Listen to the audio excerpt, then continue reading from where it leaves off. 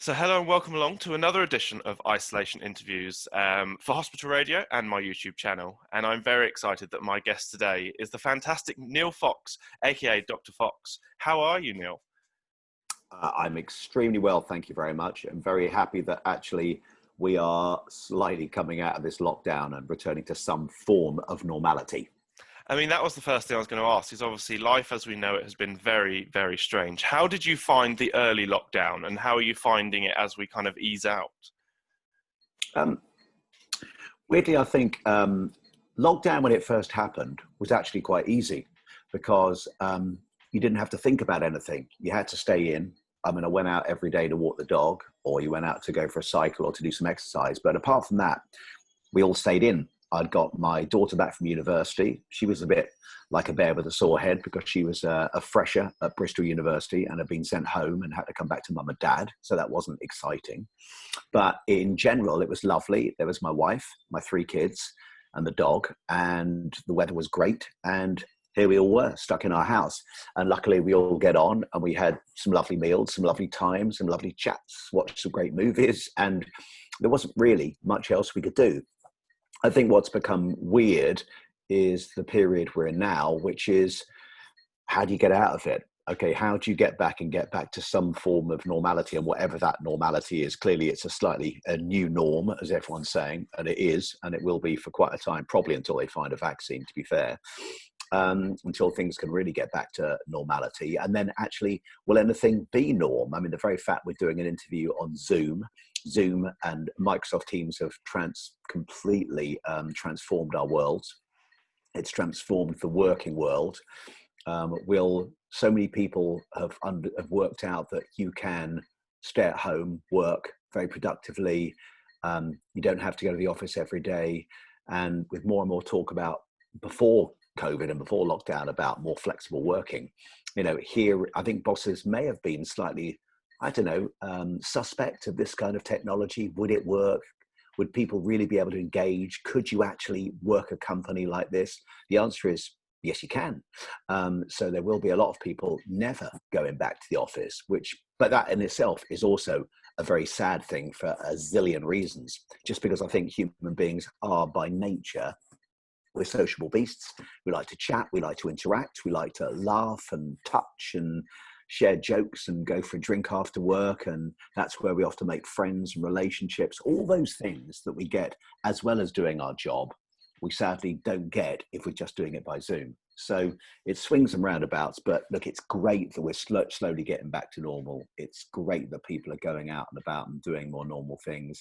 I'm going to be thrilled that my kids can go back to school and uni, because it's been a long time now. I mean, 5 months, and I think we're all pulling our hair out. They are, I am, my wife is, in the nicest way, love them dearly, but it's time for them to get back to a routine, get back to their friends, get back to having some fun at school or uni. So yeah, roll on next week, which is when my kids go back.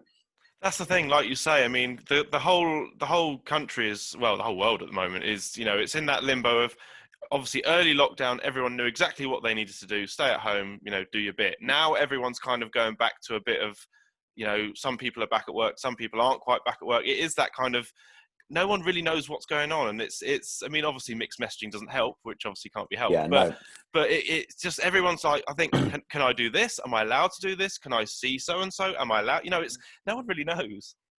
I know, and I think there's no doubt there's been mixed messaging. I'm sure any country you go to, there's been mixed messaging. I mean, I think what's difficult for our government, for any government right now, wherever they are around the world, is you have to say that they're trying to do their best. Right? Governments, of course they are. They're trying to do their best and trying to work out, how do we deal with what's going on? What's the right thing to do to try and protect people, at the same time allow people to have their liberty and to live their lives, C, to somehow keep our economies going so that you can pay for all of this one day, because it's not magic money. Someone has to foot the bill, and it's many, many billions, hundreds of billions it's going to cost. So somewhere down the line, I think for years and years, we're going to be repaying this somehow. So they're juggling all those things, and they're going to get some bits right, they're going to get some bits wrong. I think probably what we're finding frustrating, well, I'm finding frustrating, my family and friends are finding frustrating, is when, say, our government's getting a few things wrong, they don't admit they got them wrong, and just go, look, hands up, this bit was right, that bit was wrong, but we've learned from that, and we're going to do something a bit differently. But I think partly that does come down to the media as well. Have got an awful huge hand to play in this now, because they don't cut anyone any slack, if you know what I mean. What they do is they just, the style of journalism and the way things are reported now is, to a certain extent, let's try and always take the negative angle, right? Let's try and question, let's try and find fault, let's try and show how bad people are or what they're doing is wrong. And in these unbelievable circumstances, I don't necessarily think that's been the right tack. What will be, you kind of have to, I think, bear in mind that whatever political persuasion you are, the guys that are in power right now have got a really, really tough job. They're trying to do their best.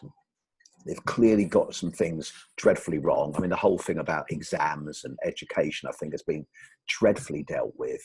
But an awful lot of the other stuff, I think they've tried to handle as well as they can. And of course, we're doing it slightly different from other countries. Now, it'd be interesting to see how they're reporting it over there, to see what they're saying about how they think we're handling it over here. I mean, the grass tends to be greener. We always think the grass is greener on the other side of the fence, and sometimes it really isn't. So, you know, these are strange times. I mean, my goodness, they are. None of us have ever lived through anything quite like this. And at a time where everyone has to be so politically correct about everything, it probably makes making decisions even tougher. I mean, I was talking to someone a few weeks back and talking about, obviously, comparing this to, like, for example, the World War. But I would say, in a way, we're a bit better off, because back in the war, you know, obviously they didn't have things like Netflix and, you know, ways to keep, you know, we've got so much to keep us entertained. You can read a book, listen to music, watch TV, you know, do things online. I mean, the internet. I mean, what would we do without the internet? I mean, there was a joke going around after a few weeks of lockdown, basically saying what the government are really telling us to do is, please stay at home and watch Sky and Netflix. That's all we really had to do. Go out for a walk every day and then just stay inside. That's all you got to do. You got plenty to entertain you. You're right, plenty. But I mean, the comparisons with the Second World War are in a way so wrong, because obviously we do not have people on a nightly basis coming over, dropping thousands of pounds of bombs trying to kill us. Okay, so we have this invisible enemy, clearly, that has been sadly killing people and has been a danger to us. But I mean, everything about those times and these times are very hard to compare. That I tell you what has been, I suppose, comparable is we have an enemy out there that we're trying to combat. And I think what we have seen is when push comes to shove, we as a people, say the Brits, actually, no, human beings are very good at trying to look after each other. And I think we have done we've seen better community feeling, better community engagement, people thinking about each other. Are the old people at the end of the road okay? Can I get them some food? Checking people are okay. And I think that sense of community has been a lovely thing. And that's what my parents, who did live through the war, what they always said was there was this great sort of, community feeling. There was a greater problem that we were all part of, that they were trying in their own way to try and help and see what they could do. And I suppose that is similar now. We've got this dreadful thing going on. What can we do in a way to help? Now, whether that's stay at home or health workers, or, I mean, I have to say, health workers going out on a Thursday night and clapping for those 10 weeks was actually, particularly in the first few weeks, incredibly emotional. We have a couple of doctors that worked in our local ICU, live in our street. And actually, after a time, what we found we were doing was we were clapping them, because these were real people that we knew. And and they were working really long hours, and they said it was pretty tough. It was tough. Those days have ended now, and I think what's difficult is they go, there's no one in our local hospitals that's got COVID. There's no one really at the moment dying in any of our hospitals around here of this disease. And so now it's, how do we get back to normal? How do we actually, they've managed in a way, we as a society and the government, without forcing people to stay at home, without creating a law that says it is illegal to leave your house, which I think they were very loath to do. People did stay at home, and people really did abide by the rules. For the vast majority of us did. And I suppose what people deemed Project Fear worked really well, because everyone went, okay, people are dying. We need to, this is a dreadful thing. How can we protect ourselves and the vulnerable people that we know? Now, we got a situation that people are still fearful of going outside. And now we've got to try and reverse that message in a way and go, well, is it safe to go outside? And this is where the mixed messaging you were talking about earlier, it's tough. Is it safe? Is it not safe? Can my kids go back to school safely? Can they not? Well, statistically, it looks like, just a infinitesimally small number of kids have been affected by this. And those that were probably had underlying health problems. So kids themselves, we know, are really not at risk. But of course, there are adults that work at schools. There are the cleaners, the teachers, and the staff. And then we all go back to our homes afterwards. So it's not just school. It doesn't sit in isolation. It sits as part of our society and our community. So, but it's very important, I think, that they get back for a million reasons, just for their sanity, because I think there will be some big mental health issues. I mean, people were talking about this for the last couple of years. It's become a very hot subject, which is good. People are talking about it finally, not brushing it under the carpet. And I think it will be a huge issue. Lots of people dreadfully affected who have been lonely, properly isolated. I mean, we've been isolated, but we're in a street with hundreds of people. I've got my kids around me. I'm not alone.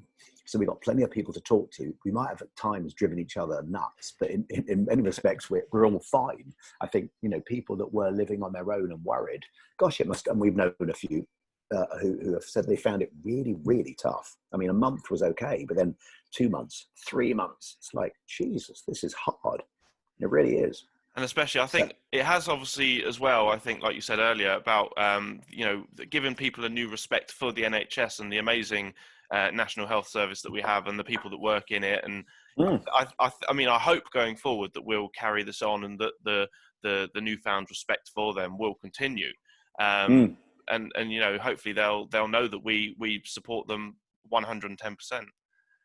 We do. I mean, what would be lovely is there will always be a problem over the funding of the NHS and how much money they get, and actually, and whether, I think if you ask most people out there, does the NHS have enough money? I think most people go, clearly they need more.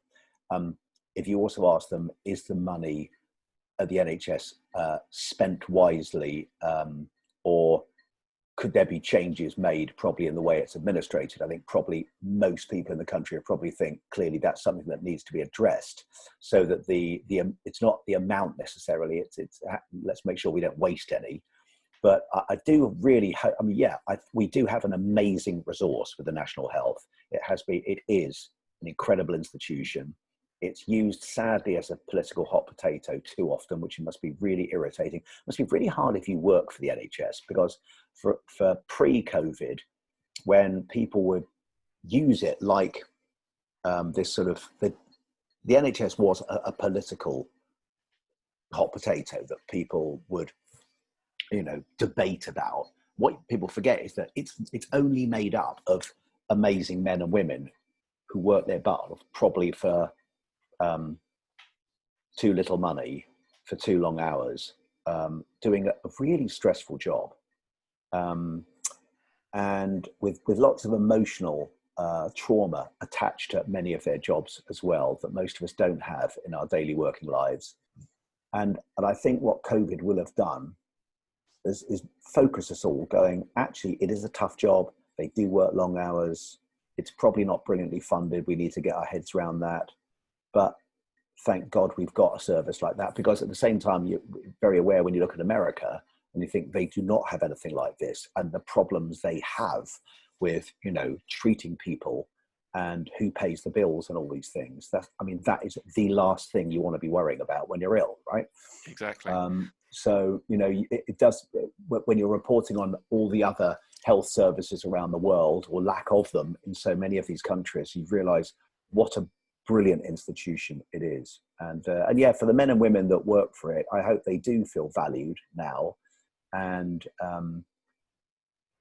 appreciate that there was a lot of love and respect going around for them as well. But I have to say as well, just in those same times, bus drivers, tube drivers, cleaners, the people that worked, we were saying, in our local Tesco Express or any local shop, that they also were there going through all of this, and they go to work every day, and they didn't really have much protective gear at all, if any, and they have also been there. So there are an awful lot of real unsung heroes through this, who have also been, as you've seen with sort of a lot of bus drivers, and we know there have been quite a few deaths actually in that community of workers. And an awful lot of people also have put their lives on the line to try and keep some semblance of normality for all of us going through this. But I would love to think that we've learned some great lessons about maybe not to be so greedy, not to be, you know, let's not worry so much about social media and what Caitlyn Jenner's doing today, or Justin Bieber, because really, who gives a shit? But actually, let's worry about the sort of important things in life. But actually, as soon as things get back to sort of a little bit of normality, I fear that we're desperate to be back in that position, what people call normal, and that sort of normal means going back to exactly how it was. And some of those things, I suppose, are distractions from our normal day. That's why people love them. And so we probably will go back to loving just the same things afterwards.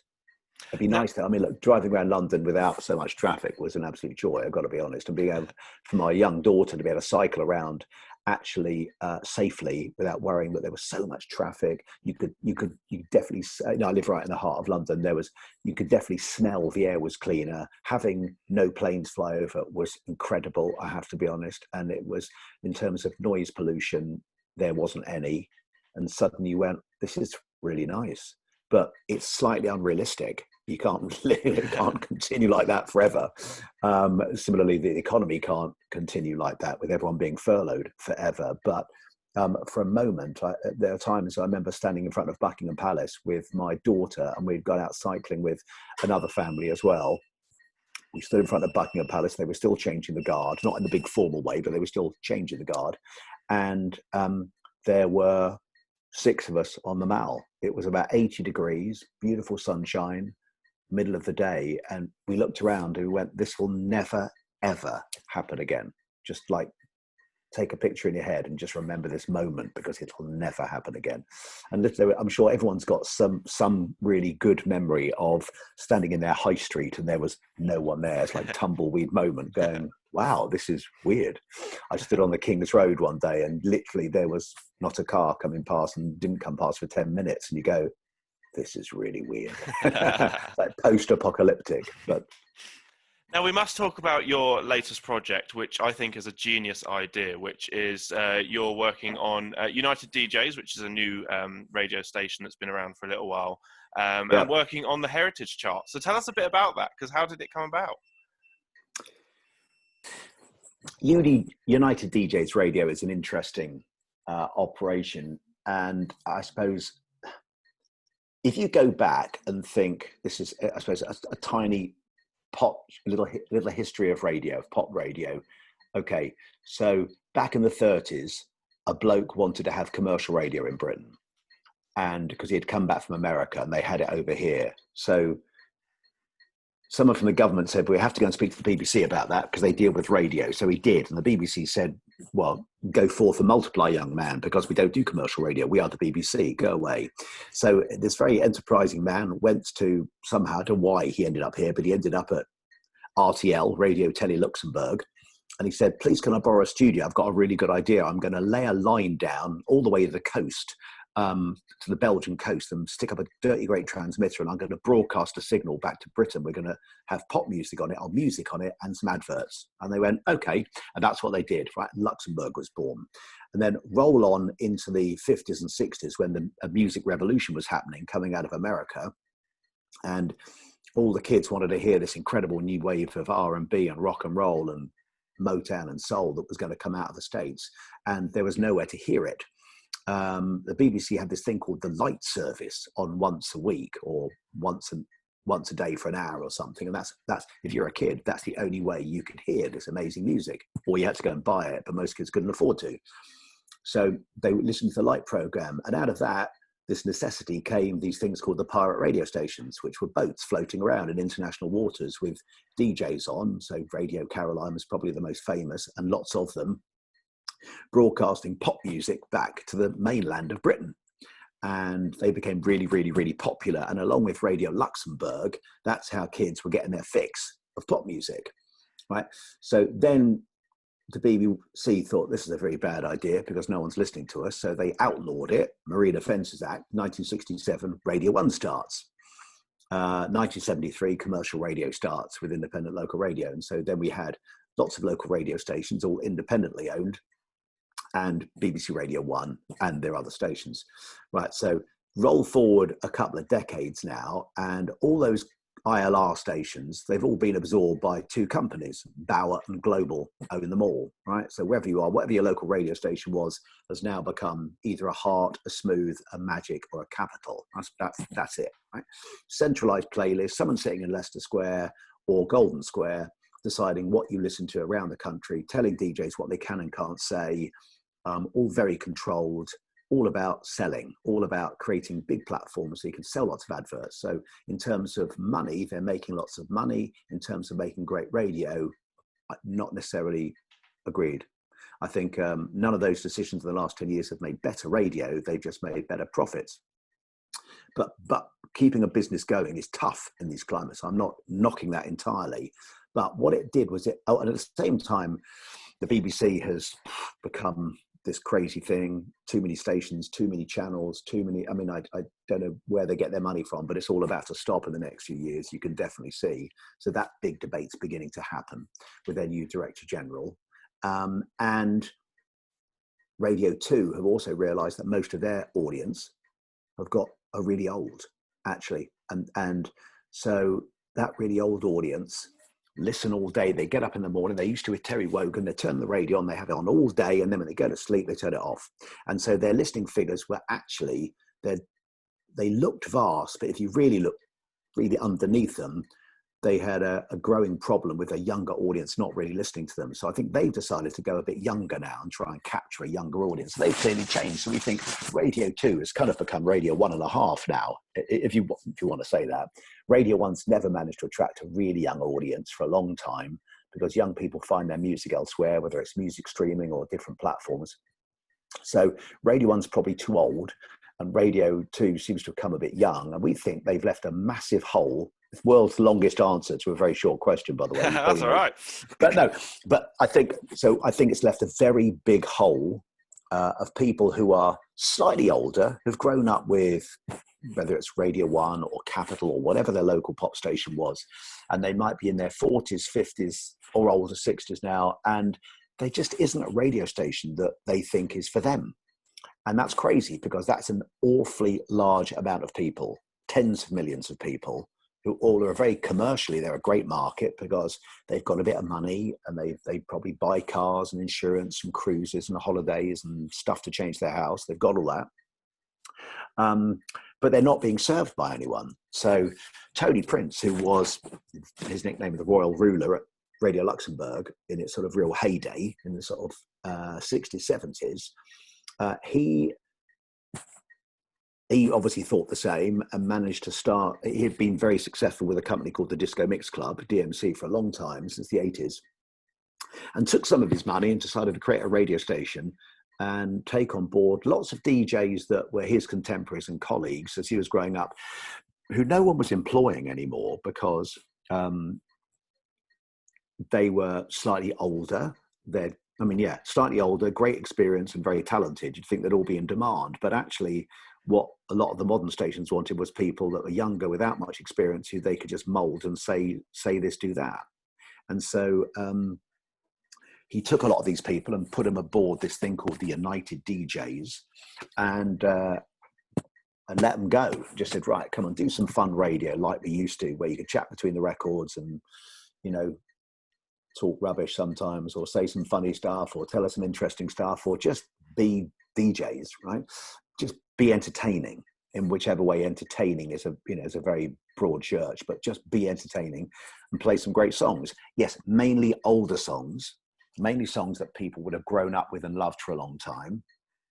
So what would have been deemed in the old days sort of gold records, but actually much wider than that. Okay, just we got 6 decades of the greatest music to choose from. Just play some great songs, because other people aren't. There's no station out there that really is playing a very broad mix of music, because if you're global, for example, if you're global and you play Capital, you're a little niche, you're trying to get the younger market. And then you've got Heart.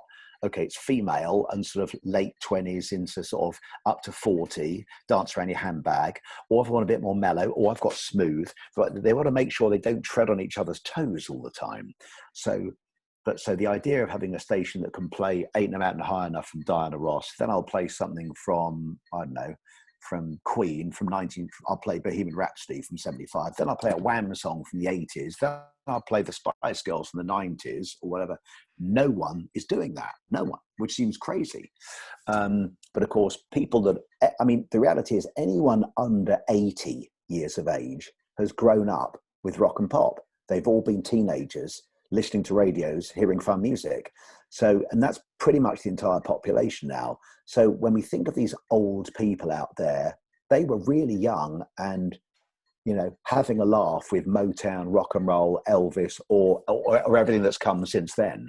So the fact that we tend to treat them like they have to listen to Saga radio and be talked down to, or like they're old, like they're sort of 1 foot in the grave, or we're pushing our Zimmer frame round, it's pathetic, actually, and a bit condescending. And I think the mainstream radio have made a massive mistake over this one. And there's a big hole. That's what we're trying to fill. But we're tiny at the moment. So, and out of all of that came a call from, I mean, they've been trying to get me on UDJ for a long time. I've known a lot of these guys for a long time, and I've been working on a different project for the last 3 years, building a music app and some different stuff, which has been very interesting. But Mike Reed phoned me up, I don't know, a couple of months ago and just said, right, hey, Fox, you've got this great idea. Come and have a chat. So we had a very rock and roll meeting at a garden centre in Maidenhead over a nice cup of tea and his favourite, which is flapjack. And we talked about this thing called the Heritage Chart, because basically, you know, in the same way that people who have grown up listening to all this music don't want to be treated like we're old. I'm 59. I'm not old. I'm just 59, right? And people much way older than me. You know, my father-in-law is 75, and he had the Rolling Stones at his Freshers' Week at uni. So he still loves music, the Stones or Kinks, or it might be the stuff he's grown up with. But if he hears a great new song now, like something from Ed Sheeran or Adele or Bublé or whatever, they can still appreciate all of that and go, this is great. They still like music, right? Because they've grown up with pop. You have to remember, pop is just short for popular. That's where the word pop music came from. It's just popular. And so we came up with suddenly all these, the same way that the audience still loves this music. A lot of the artists that we've grown up to, listening to and loving for years, are still making great music. So, you know, a really good example of the Heritage Chart is Dion. So Dion was a guy who did a song called The Wanderer back in 1961. So that's the year I was born. He was a teenager singing The Wanderer and Run Around Sue, which became huge rock and roll classics, selling millions of records. He is now 80 years old. He's just done an album called Blues with Friends, where, you know, it's all kinds of people, Van Morrison and Paul Simon and, I don't know, all kinds of other guys, right? Brian Setzer from the Stray Cats. And he's done this, I mean, brilliant blues album. I think it'll win a load of Grammys. It's fantastic. The song with Paul Simon about Sam Cooke is just beautiful and very relevant in our modern world. It's all about inequality and racial problems back in the early 60s when Sam was a huge star and he was touring around America with him. I mean, roll on 50 years, nothing's changed, it seems, which is dreadful. So it's just as relevant today. But there's an 80-year-old man making brilliant music, but no one will play him, right? No normal radio stations are playing this guy. When I looked at my chart yesterday, Dave Gilmour, Pink Floyd, Howard Jones, the Go-Go's have got a new song out, the Blow Monkeys. Number one at the moment is the Vapors, who had Turning Japanese 40 years ago. Number two was the Waterboys. I mean, everyone only plays Whole of the Moon. Oh my God, why don't they listen to the Soul Singer, his new song? It's brilliant. It's a brilliant radio song. It would sound awesome coming out of anyone's radio, but everyone's lazy and they just stick to the same old playlist, the same old music testing. So people need to just get a bit smarter. You know, whether it's Bucks Fizz, called The Fizz now, they've got a great Stock Aitken Waterman song produced by them that is fantastic pop. But yeah, the whole Owen Paul, my favourite waste of time, Howard Jones, Limahl, Right Said Fred. I mean, my God, the Jefferson Starship. I mean, honestly, you could go through the entire 30, and out of 30, you'd instantly know you as a young guy. Would you go, I know 25 of these names. Yeah, and I can, but they're all making great new songs. And that's the interest. They're making great music. No one's playing it apart from UDJ. And now actually, weirdly, we are playing it and we're making a big deal of the Heritage Chart that I'm counting down.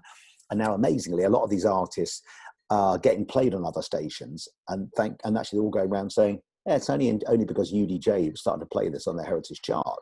So although we're a tiny, technically internet station, may not be for long, but we are at the moment. Talks are underway for something different, but we're giving a platform to some great new music.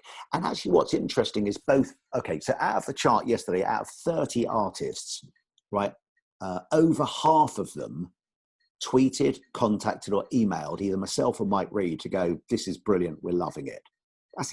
That's incredible, right? Actually, the listeners are loving it because they're all saying they're loving the fact there's a chart they can love again. They're excited because they're excited about hearing the countdown on a Sunday. And that's why I wanted to move it till 5 to 7. It was we were doing it at lunchtime for the first 5 weeks, but I said, let's do it at the normal chart time, 5 to 7, announce the number one just for 7 o'clock, because that's when everyone has heard the number one announced all their life. So it just made sense. And that's exactly what we're doing. I suppose we're giving these heritage, in inverted comma, artists airplay and airtime. And people are suddenly going, these are great songs. Wow, how come I never heard about them? Well, because no one's playing them on the radio. It's a big problem with the music platforms now as well, and record companies. They're finding a problem with music discovery. So all these artists have got great new stuff out, but the radio is still very influential. And if people aren't playing it, they don't know about it. And suddenly what we've done, we've opened up like a whole new shop to people. They're going, what? All these old artists are still making new albums and songs? Yes, they are. And for the most part, they're really good. I was just going to say, I think it's fair to say a lot of people nowadays wouldn't be able to say what is the official number one single in the UK, because in my personal opinion, a lot of the songs that are in the top 40, in the official top 40, aren't really, most people aren't really that bothered anymore about what's in the official charts. But I've always been someone that loves discovering new music. I love when you find a song from an artist that is obviously, well known, but it's one that no one else has heard. And you think, this is actually maybe better than the stuff that was actually released. So it's kind of finding out a new side of artists that you've known for years. Yeah, it is. And look, I think there's been, I did 12 years, I did the Pepsi chart, and the Pepsi chart was a really successful chart. But to be fair, I'm not going to knock my contemporary. So at the same time, say Mark Goodyear was my biggest contemporary doing the Radio 1 chart. Between the two of us, we'd have every Sunday afternoon between 9 and 10 million people listening to us. That's mental. Okay. And the numbers were huge. And part of the reason why so many people listened was, look, they were both really good radio shows. They had different styles to it. Mark, great DJ, was doing it in a more straight style. That was the Radio 1 style. Mine was far more personality over the top. Let's, competitions, chat with the artist. And, it was a different style and it worked really well too. But we were both good jocks at the top of our game on big shows. But also we were working for radio stations that believed the chart was also important, and we made the chart important. So part of the problem was when I know I stopped doing the chart, and obviously Mark stopped doing the chart. Charts changed, okay, because they said, oh, because of streaming and the different way that people are getting their music now, charts aren't as relevant anymore. And I would say that's, for personally, I think that's absolute rubbish. People love charts. They love countdowns. We love it on telly. They're constantly doing countdowns, you know, the 10 best things that went wrong on Saturday night TV. Whatever they are, we like a list. We like a countdown that starts here and ends here. And we end up at the number one, the most popular. And whether the most popular was bought on 7-inch single, whether it was bought on cash single, on a CD, as an iTunes download, or now as a stream, it's all irrelevant. It's just what's the most popular song that week. And you can still work it out. And I think what they don't do now is they've forgotten to make charts exciting again. It's buried in Scott Mills' show on a Friday afternoon. You kind of go, should be on a Sunday, you go, it's the end of the week, here's the chart. These are the biggest songs. If you tell people this is really exciting and you make it sound like it's exciting, you broadcast it like exciting, and you make it sound like this is the most important thing you're going to hear right now, people are happy to believe that. Okay, and it's not that we're, it's exactly what we're trying with the Heritage Chart. You know, in reality, we haven't got that many people listening, probably. It's not the sort of 5 million that I had doing the Pepsi chart. Okay, I wish. But, what's interesting, though, is we're doing it in the same way, the same conviction, the fun, the same information, the same style as we were doing that chart. And what's interesting is people seem to be loving it. Both artists and the listeners seem to be liking the fact we've got a chart again.